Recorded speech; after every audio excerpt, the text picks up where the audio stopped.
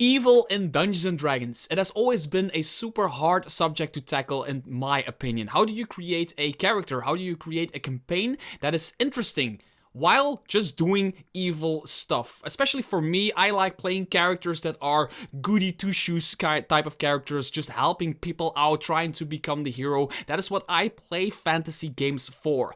But DRS Publishing actually had the guts of tackling evil in 5th edition.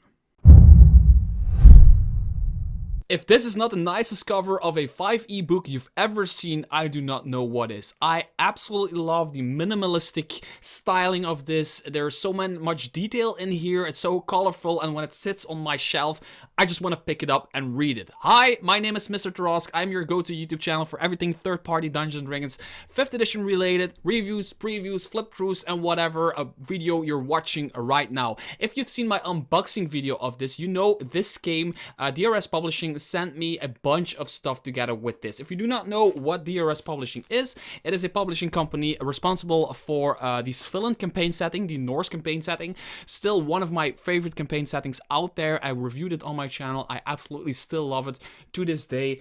And the Kickstarter they did for Corpus Malicious actually came with a bunch of cool stuff. First of all, there was this awesome Dungeon Master screen, minimalistic in a way, but just looking super cool. It's usable for anything. There are a bunch of maps which more feel like filler than they feel like absolutely necessary, because there is no part in the book where it actually says what to do with these maps for as far as I can see. But they're cool to have. You can run a bunch of dungeon crawls in there.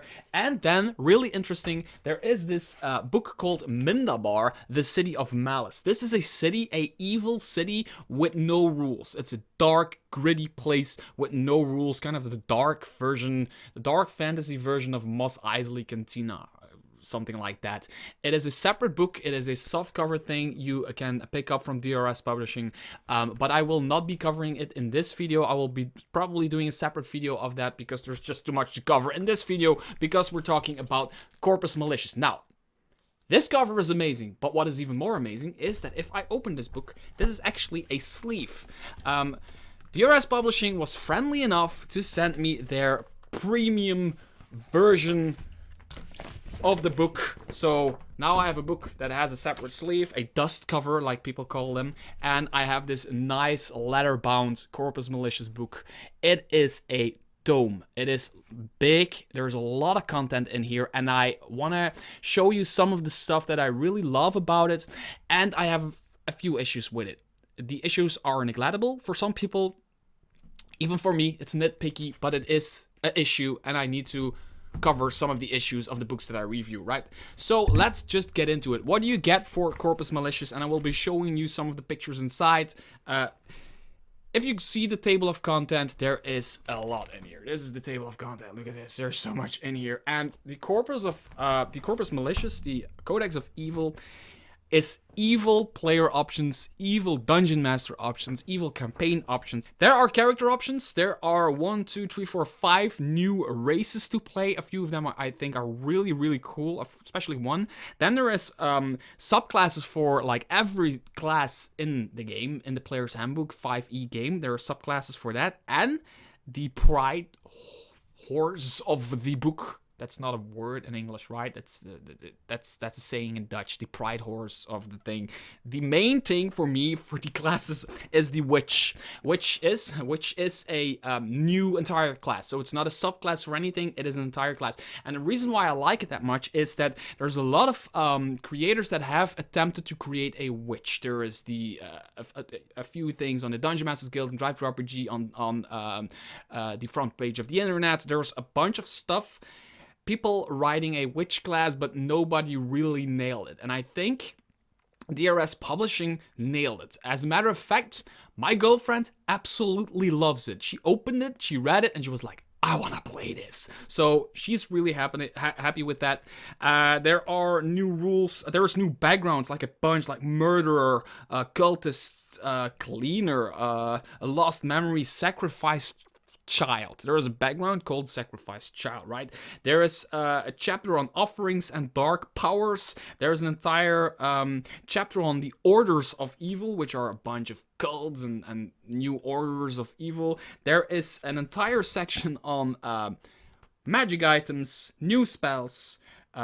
There's magical armor, staffs, rods, rings, potions, poisons, weapons, I already said that, and wondrous items. And then there is a second page to the index. This is the other page. There is an entire bestiary in here. And this is, you can buy this book for the freaking bestiary alone. It would be worth your money. By the way, if you want to get your hands on this, DRS Publishing is doing a Kickstarter while I'm recording this video, but while you're watching this video, it's probably over, but you can still go over there. I will link everything to get your hands on this book. You can do a late pledge because they're doing a Kickstarter for Corpus Angelus, if that's the right way to pronounce it, which is the opposite of this book. It's the good version of this book, but you can pick this one up and you can pick Svillant up from that Kickstarter as a late pledger, so no problem. Make sure to click the link in the description below if you want to do that. So the book starts out with a lot of talking about how to run evil in your game, and I really like that they did that. It's a bunch of like 5 pages. There's no art here. There's just like a bunch of tips and tricks on how to run evil in your game, and I like that they did that because running evil in D&D 5e can be really hard. It can get like stupid very fast. People just burning down orphanages for no reason, right? That's why I've not liked evil. So there's a bunch of tips in here, and I am really bad as a dungeon master at running evil campaigns and stuff. So for me, there's a bunch of really great tips in here. There's probably a bunch of dungeon masters that already know how to handle evil players. They can skip this, but for me, it is really nice to have. And then they go immediately to the race options. And there's a very cool piece of artwork right here. And the first race in here is actually the race that I really like. It's called the Fallen Angel. I really like the Fallen Angel.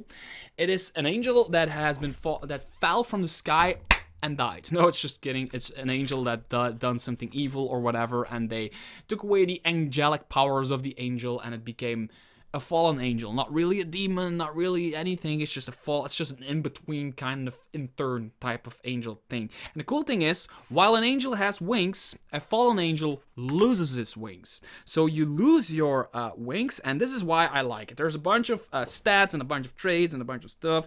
Angelic enemies, there's the Avengers, there's the Corruptor, the Dark Warden, a lot of interesting stuff, but I think the speed is really cool. They have a base walking speed of 30 feet, same as a human, right? Or does a human have 25? I don't know. 30 feet walking speed. At level 9, you grow wings suitable to your new evil deity. So that's cool. You pick a race, and I always like when you pick a race and later in the game you get something from your race, because like the base races in 5th edition are always like you get stuff and then you kind of forget about your race almost because you got that stuff. It's already calculated into your character sheet. Forget about it. But with this at level 9, you need to write it down somewhere. You're getting your wings and you actually gain a flying speed of 30 feet. So your wings can have the appearance of fiery angelic wings, bloodied crimson wings, or bat-like wings, stuff like that. So depending on what deity you worshipping or whatever, you can have wings that resemble that. So this is cool. I think this is really cool in a role-playing, for a role-playing opportunity, because at level 9, you really got to know your own character. So you build this character with an ID, but you're always changing stuff around, maybe even changing DT. And at level 9, you know what your wings should look like because you know your character. You've been playing them from level 1 or level 3 to all the way up to level 9. And you get those wings, and that's a cool thing to really have them resemble the thing that you want to resemble. There's other races in here. One really creepy is the, I don't know how to pronounce this, Kartoki, which is something, I don't know how to, this belongs in Indiana Jones movies or something like that. It's really creepy, and these are the embodiment of evil. These are like evil creatures. maybe you play a fallen angel who done an evil act and regrets it, right? Maybe you're trying to do good stuff in order to become an angel again, right? So a fallen angel doesn't have to be like chaotic evil and be killing everything in their sight.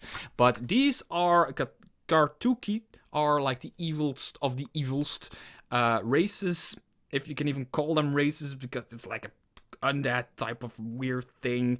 And yeah, they're cannibalists. Kartukis feed on raw flesh. You can eat raw meat, bone, or drink blood to regain 1d6 hit points. So that's a feature they have. They can actually kill an enemy and then start eating their intestines or whatever and gain some hit points from that. And I think that's really... If you are a good role player and you are at your table and you start describing your characters just sitting on their knees and start eating the victim they just killed, like just the random dwarf that's on the ground, and just start eating the belly of the dwarf or whatever.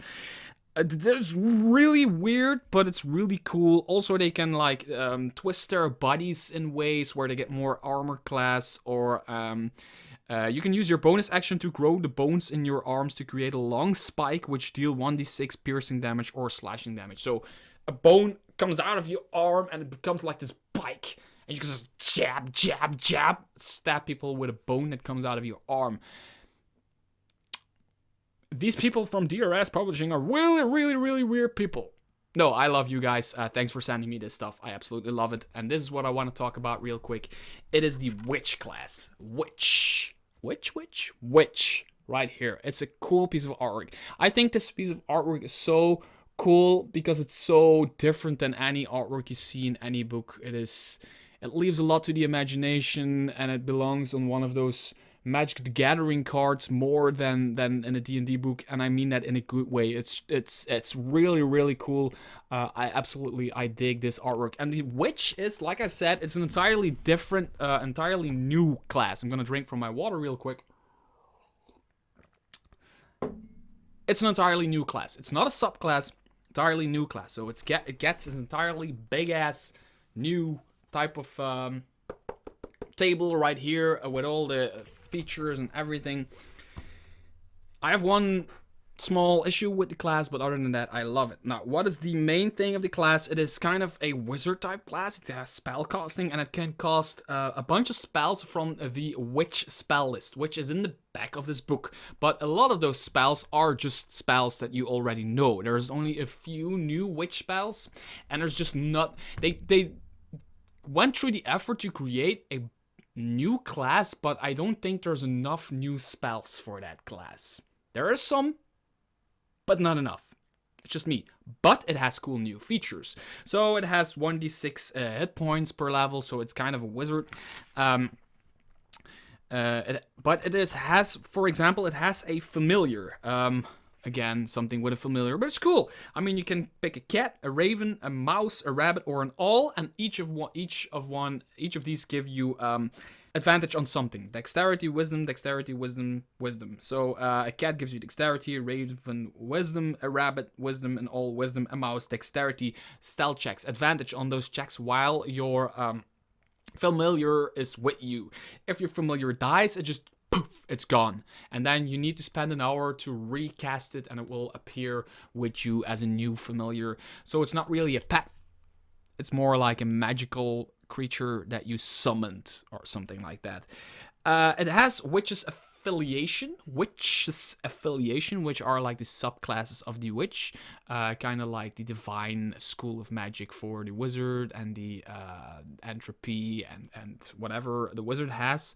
But the Hex is actually Dutch for Witch. So yeah, that's why I said Hex. Hex. H-E-K-S. Hex. But the Witch actually has charms and hex bags. Hex with an X. The charms are really cool. The hex bags are really cool. You could touch somebody and charm them or hex them. Give them a positive thing or give them a negative thing. And that's where a witch is. That's what a witch is supposed to do, right? Touch you and do things that you get better at something or worse at something. For example, they can give you clarity. The wearer has advantage on saving throws against being charmed. Vitality, whenever the wearer rolls dice to heal, it takes a 1 die as maximum. Spirit ward, the wearer cannot be possessed. Stuff like that. Hacks bags are misfortune. The wearer has disadvantage on 3 of its rolls per days chosen by the witch at the time of the roll. Now it says at the time of the roll, which is there is always like rules as written and rules as intended at the time of the roll. So the witch has to say disadvantage. There's clumsiness. The witch makes 3 attack rolls of their choosing against the wearer with advantage per day. Burden. The wearer suffers 1 level of exhaustion. This effect cannot stack. Of course it cannot stack because then you can keep exhausting somebody to death, which is not a good thing to do. So that is basically the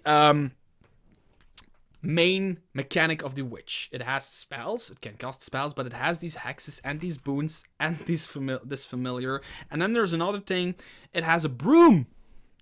At 11th level, you learn how to craft your trustworthy companion, the witch's broom. Yes! I like brooms. I like witches on brooms. I like stereotypical stuff that has been told for ages and now has been being told again. I genuinely love it. I love a witch on a broom. That's why I love watching Harry Potter. Wizards on brooms, witches on brooms. I like it. You can fly your broom with a flying speed up to 30 feet. Spend 10 minutes sweeping an area of 30 foot square with your broom. You can cleanse the area as if you have cast protection from evil and good. So you can use your broom to cast protection from... I cast protection from evil and good. So you can fly on your broom, do all kinds of weird stuff with your broom. I really love it. That's like the mechanics of the witch. And that's basically what I want to talk about.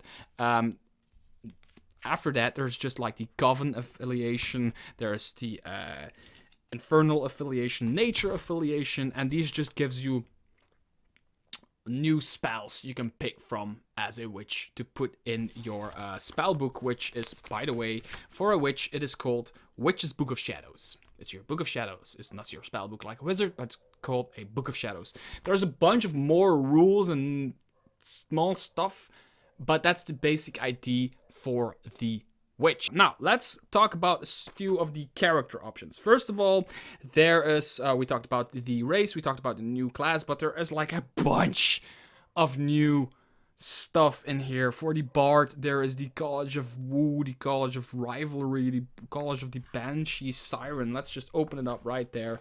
I've covered like, let's see, there is the College of Rivalry. Look at this artwork, I really love it. There's this little evil bard playing his lute. I love it. It is, yeah, just, there is a bunch of in here. And this thing is a tome. Circle of Bones.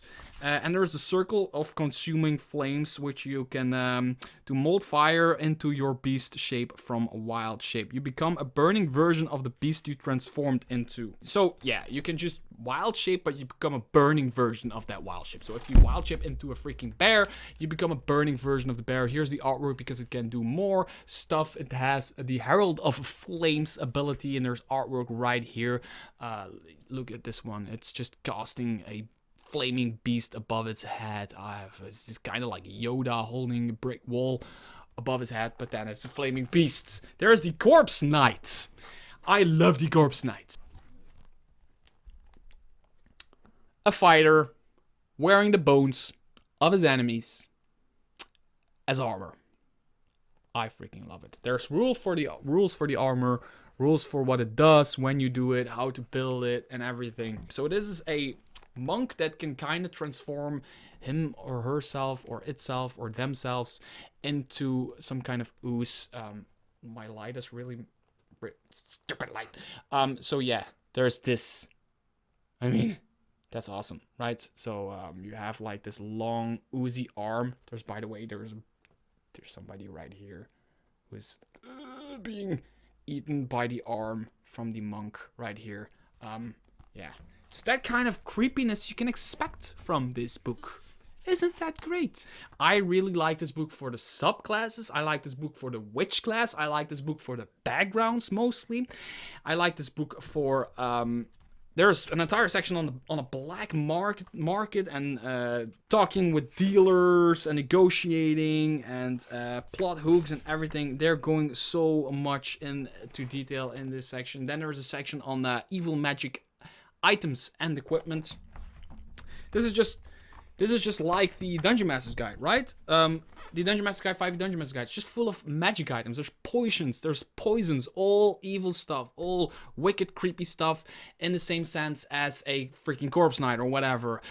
There's an entire section in here. It's not a small section. There's a lot in here. New armors, new poisons, new rings, new staffs. Everything is covered in art, and it's just beautifully well made.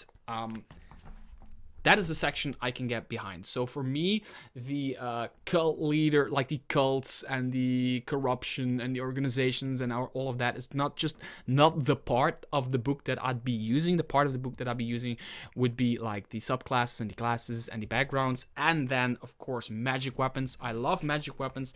And then maybe my favorite part is the bestiary. There is an entire bestiary, and I'm not even exaggerating. There's a bestiary. It covers a bunch of pages. It's just all new creatures you can use in your game when you want to smack the living crap out of your players, right? Then there is, look at this, there's even more. I'm not going to cover them in detail. Now, I want to talk about a little issue I have with the book. A little issue that I have with the book is, if you buy a book from Kobold Press, you buy a book from Nord Games, even Jetpack 7 or whatever, those people who write it are native English speakers. So the grammar is going to be good, spelling is going to be good. With this, you are buying a book from a Turkish company. Dream Realm Storytellers is actually a Turkish company. So some of the grammar and stuff like that is just off. It's not wrong per se, but it's just not right according to like the 5e standard we know. There's a bunch of companies using like the same standards, and I think DRS Publishing still needs a bit of tweaking and a bit of work to get everything. I'm not going to go into detail and give you examples of that. It's just if you read a sentence, you know what it means and you know what it is intended to, but you could flip it around and have it mean something else, which is dangerous when you're playing with power players and stuff like that. So make sure to keep that in mind when you're getting this book. Now, another thing is, for example, just stupid little things, but I don't like bumping into them, especially in a book this good, right? So, for the witch, it says somewhere you can cast spells, right? And it says, check the new spells section in this book, and they put new spells in cursive, suggesting that there is a section in this book actually called new spells.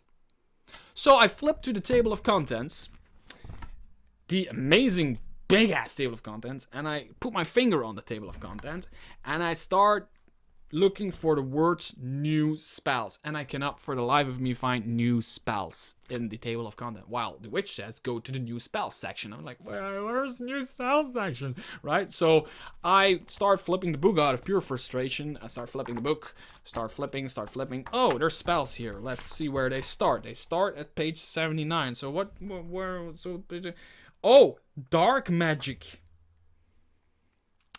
They changed the title of that section. It's not called New Spells, it's called Dark Magic.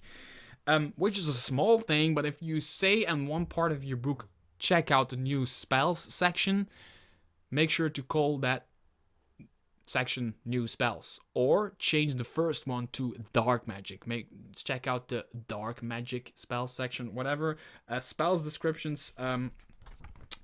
So it's just small stuff like that I find with DRS Publishing's book more often than I find it in Kobold Press, than I find it in Jetpack 7, than I find it in Nord Games. But then again, this is their second big work. They've created this masterpiece of an evil book, and they've done such a brilliant job. And it's only their second major work. So after Svilland, they done this. There was a lot of mistakes in Svilland. They actually changed a lot of that up. But in Corpus Malicious, there are still mistakes, not as many, and I just hope their next book has even less mistakes and it just keeps going in the right direction, right? So Corpus Malicious is an absolute beast to have if you're into evil stuff, wicked stuff, weird stuff, horror stuff in your Dungeons & Dragons campaign. If you don't buy it for the backgrounds, buy it for the classes. If you don't buy it for the classes, buy it for the races. If you don't buy it for the races, buy it for the lore, the role-playing, the tips, the tricks, the cults, the diseases, and everything. If you don't buy it for that, buy it for the freaking magic items. If you don't buy it for that, buy it for its bestiary. All I'm saying is that it is so big that even if you're not using a big section of the book like me, I'm not using the middle section of the book, there's still enough. There's still enough for you to get into, and it's still worth every bit of money you're spending on it. That was kind of my review and flip through of Corpus Malicious. If you've gotten this far in the video, I thank you extremely, extremely, extremely from my heart. I love all of you, and I will see you in the next video.